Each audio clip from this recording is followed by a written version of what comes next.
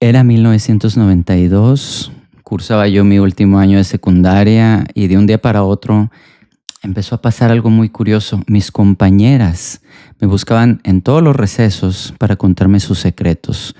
Los problemas que tenían en casa, algún pleito que habían tenido con una amiga, los romances que estaban viviendo. Y poco a poco me fui dando cuenta de dos cosas. Primero, que había algo en mí que yo no explicaba, que realmente no entendía y que francamente no podía controlar del todo, que les estaba despertando una sensación de seguridad, de confianza, de tranquilidad que les motivaba a contarme todo esto. Y la segunda, cada vez que regresaba a casa y escribía, haciendo lujo de detalle, incluso tratando de citar palabra por palabra lo que me contaban, no solamente entendía mejor sus sentimientos y lo que estaban pensando, es como si pudiese hacer una fotografía, una instantánea de la visión del mundo, de las creencias, de los valores y de los sentimientos más profundos de ellas. Esto, por supuesto, no es algo que yo aprendí en un curso, no es algo que yo adquirí como parte de una certificación. Esto sonaba más bien como un talento natural o como algo con lo que había nacido. La realidad es que hay un montón de cosas que tú sabes hacer, que yo sé hacer, que no podemos explicar, pero que están allí y que suelen aparecer en los momentos menos esperados de nuestra vida. Por eso yo te quiero preguntar ahora, ¿cuánto tiempo dedicamos a prestar atención a aquellos saberes inconscientes que hemos estado entrenando quizás desde niños?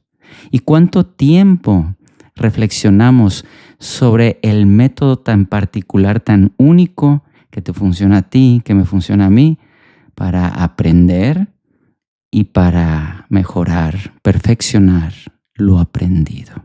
Pocas cosas en la vida vas a disfrutar tanto como el identificar aquello en lo que te has entrenado sin querer durante tanto tiempo y que ahora podrías estar ejerciendo a un altísimo nivel.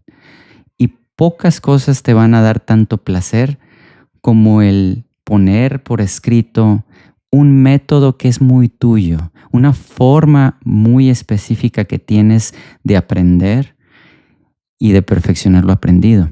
Esto yo lo he vivido, por supuesto, en mi vida, pero sobre todo con cada nuevo paciente que llega a mi consultorio, porque cada uno llega con su forma de ver el mundo, claro está, cada uno llega con su forma de sentir, pero sobre todo llega con un set de habilidades, un paquete de herramientas que sin saberlo ya ponen en práctica en otras áreas de su vida y solamente es necesario moverlas de allí al reto emocional que están enfrentando. Es por eso que en este video vas a encontrar herramientas, no solamente para identificar tu talento natural, no solamente para identificar el método con el que tú naturalmente aprendes y perfeccionas lo aprendido, sobre todo para poder ejercitarlo todos los días a un nivel tan alto que te va a permitir resolver tanto tus retos emocionales como aquellos de carácter profesional o interpersonal. Estás por descubrir tu talento inconsciente y la ruta de perfeccionamiento que te empodera con una de las herramientas más sencillas pero más poderosas que existen en la salud emocional, la utilización. Esto es la palabra y el corazón.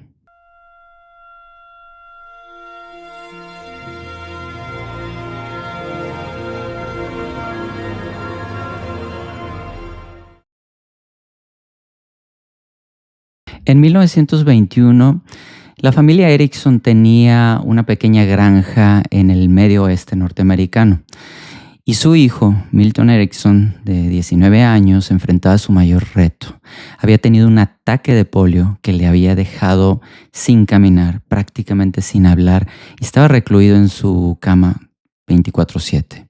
Incluso su médico pensaba que nunca se iba a recuperar ni iba a salir de esa habitación. Pero Milton Erickson tenía otra idea, tenía otros planes. Ciertamente no podía caminar, no podía platicar, no podía hacer un montón de cosas que tú y yo podemos. Pero había dos que sí podía: observar a su alrededor y recordar la sensación emocional y la sensación corporal que experimentaba cada vez que él corría, cada vez que él cantaba, cada vez que él comía, cada vez que él caminaba.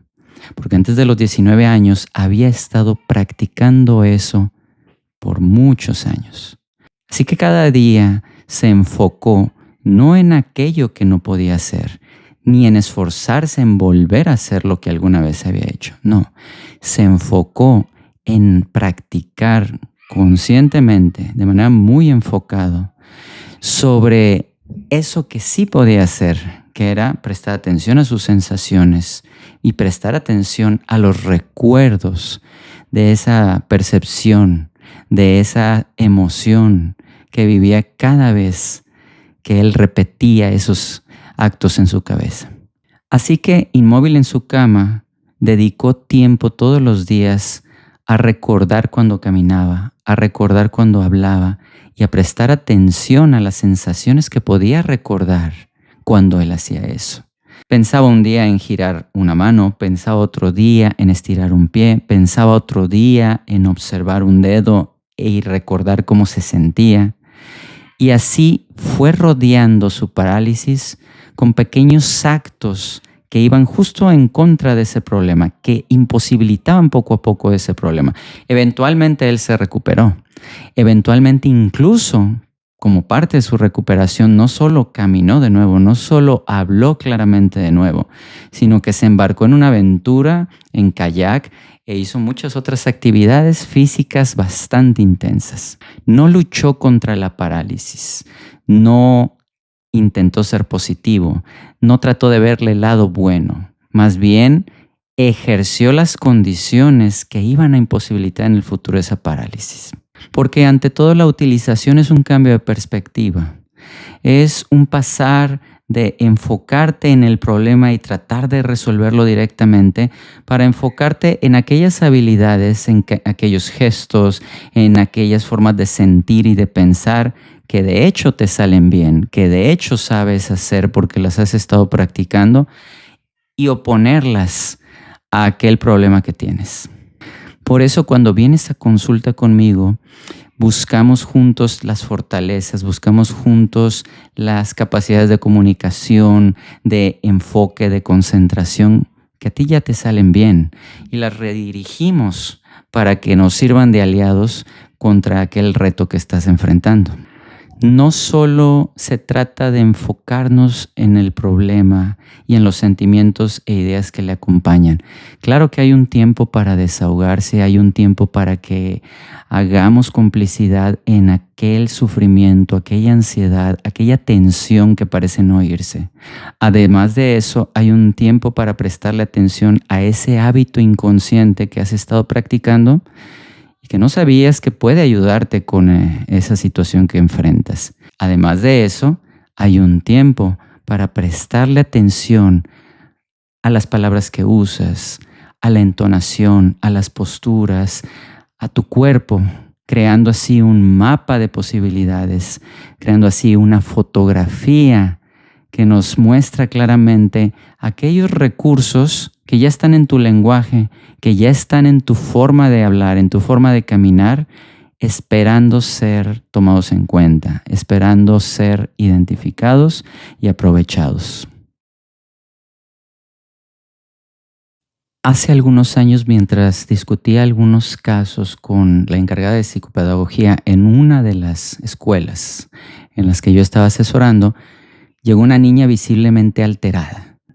Expresó todo lo que tenía que decir sobre un pleito que había tenido con unas compañeras. Y me sorprendió, francamente, que la psicopedagoga me pidiera que interviniera en el momento. Había estado moviéndose, gesticulando, intensamente meciéndose de un lado a otro mientras hablaba, así que pensé en inducirla en un trance profundo, suavemente a través del movimiento, porque algo había en ella, en su cuerpo, en la manera de hablar, que yo sentía que el movimiento era muy importante. Entró en ese trance y yo le conté una historia sobre pleitos, una historia sobre sentimientos dolidos, una historia sobre perdón, una historia sobre reconciliación, una historia en la que ella podía sentirse mejor que si no hubiera tenido ese pleito y que si no lo hubiese resuelto.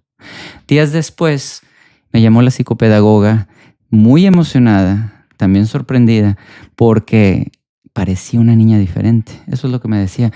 Parecía otra persona, menos irritable, más sociable, más flexible. ¿Había sido magia? ¿La había manipulado a un nivel sutil y profundo? No. Lo único que hice fue prestar atención a eso que su cuerpo me estaba diciendo que era importante. Es como si tuviese un lenguaje y yo hubiera aprendido algunas palabras y con esas palabras de su propio lenguaje atraje su atención para redirigirla a lo que realmente ella quería, que era estar en paz. La forma en la que tu cuerpo se mueve, las palabras que repites, porque hay algunas que repetimos más que otras, la cadencia con la que hablas, los gustos, las aficiones o simplemente ese gesto que haces una y otra vez sin querer. Todo eso es una pequeña puerta para que tú prestes atención, entres y puedas conocer ese talento natural, ese saber silencioso, esa parte de tu inconsciente que está dispuesta a ayudarte y a llevarte a donde tú realmente estás queriendo. Reconocer aquel saber silencioso y reconocer el método por el cual tú aprendes y mejoras lo aprendido tiene que ver con tu identidad más profunda y con un llamado, con un propósito de vida que va más allá de los problemas cotidianos y de las satisfacciones que llegan y así se van. Esta como voz está dentro de ti esperando hablar contigo, pero tiene un lenguaje, tiene un idioma que no acostumbramos a articular. Es el silencio. Este es un saber silencioso y la única manera de conversar con él es a través del silencio. Por supuesto, el ruido de las heridas, del sufrimiento, de la ansiedad, de la frustración y sobre todo del enojo cuando nos tratamos de defender ante aquello que nos alarma, nos distrae y nos evita conectar.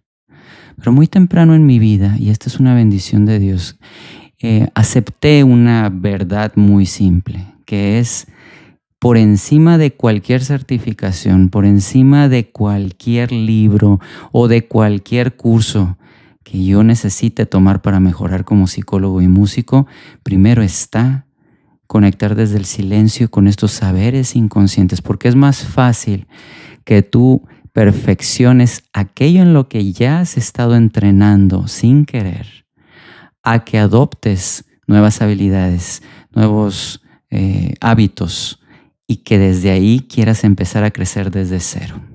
¿Cómo entrar en contacto, cómo entrar en conexión con este saber silencioso? Hay muchos recursos que tienes al alcance de tu mano que puedes comenzar a ejercitar ya para conectar con esa identidad profunda y con ese sentido de vida. Para poder acercarte a ese saber silencioso, te sugiero que comiences a escribir. ¿Escribir qué? Haz un inventario sobre aquellas palabras que se repiten en ti sin querer, sobre aquellos gestos, aquellos comportamientos, aquellas ideas que de vez en vez aparecen una y otra vez en las conversaciones con la gente que más quieres. Puedes incluso preguntarles, ¿qué es lo que suelo hacer? ¿Qué reacción suelo tener? ¿Qué partes de mi cuerpo muevo más? Es importante que tengas un mapa de todo esto. Toma una libreta como esta, ponla en tu mesita de noche y haz un diario de noche. ¿Qué es un diario de noche? Un diario de noche es anotar en cuanto despiertes lo poquito o mucho que recuerdes del último sueño que hayas tenido. Puede ser una imagen, una sensación o una frase. Y finalmente, elige música que realmente te conecte con lo que sientes, no que te entretenga, no que te haga pasar el tiempo, sino que al escucharla te diga algo, a ti particularmente, como si estuviera hecha para ti, como si sonara y las palabras te hablaran a ti. Y por último, te dejo un cuento que sana. Esta es una historia hipnótica que escribí con la intención de que tu inconsciente encuentre como una especie de patio de juego para que te traiga aquello que no recuerdas sentir, aquello que no recuerdas pensar, tal vez imágenes o alguna memoria de tu pasado que te va a servir para seguir conectando con este saber silencioso.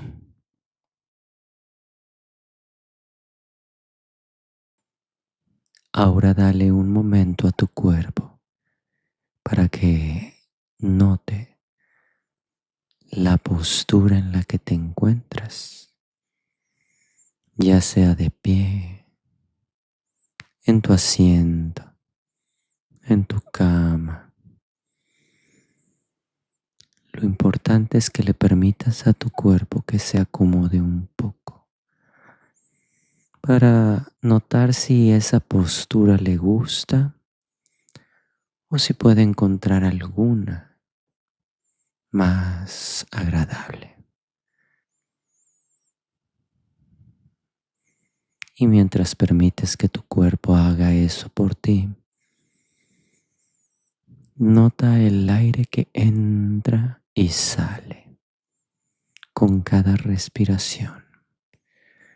Algunas personas la notan en su nariz primero, algunas la notan en su garganta, otras más en su pecho o en su abdomen. En cualquier lugar que la notes está bien. Y puedes darte cuenta que hay una cierta cadencia, hay una cierta pausa, hay un cierto ritmo en el aire que entra y sale. Solo nota cómo es ese ritmo sin cambiar nada de tu respiración. Puedes incluso imaginar mientras respiras que escuchas algún perro a lo lejos, como los perros que se escuchan cuando ladran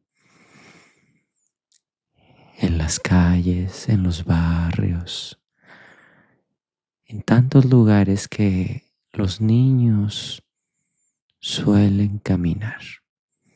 Sobre todo esos niños que vienen caminando de regreso a casa desde su escuela. Tal vez en un momento más puedas ver la imagen de un niño o una niña. No sé qué es lo que te presentará tu mente, que viene caminando de regreso a casa. Su mochila pesa. El sol pesa. Y aún así se detiene frente a un terreno baldío. Hay como un vertedero de cosas viejas extrañas y entre ellas está una muñeca. Su vestidito rojo la hace resaltar en un rincón. Sin pensarlo, deja la mochila, el suéter que trae amarrado a su cintura. Se tambalea mientras se adentra al tiradero. Tú puedes verle y es normal que cualquiera que le vea piense en la basura, lo sucio, los riesgos, la sensación incluso de asco. Pero parece que solamente le importa una cosa. Tiene su mirada fija en la muñeca.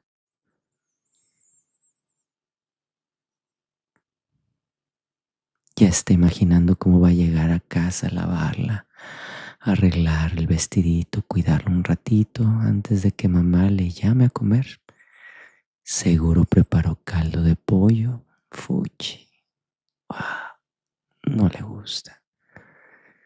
Pero hace mucho aprendió que puede saborear en su mente el postre prometido para después y apurarse a comer todo el guiso pensando en eso tan rico sin hacer caras.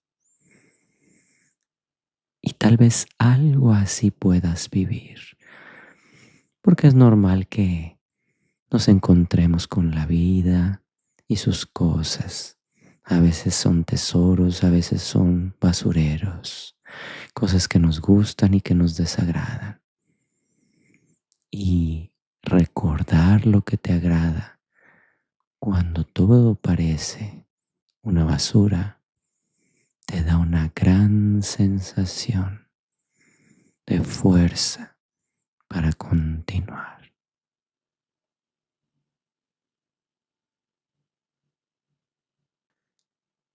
Y puedes traer esta sensación mientras respiras profunda, rítmica y pausadamente. Y toma todo el tiempo que desees para prestar a esta sensación un poco de atención mientras te traes lo que te gusta, lo agradable, lo que llama tu atención, para guardarlo después de que termine este video.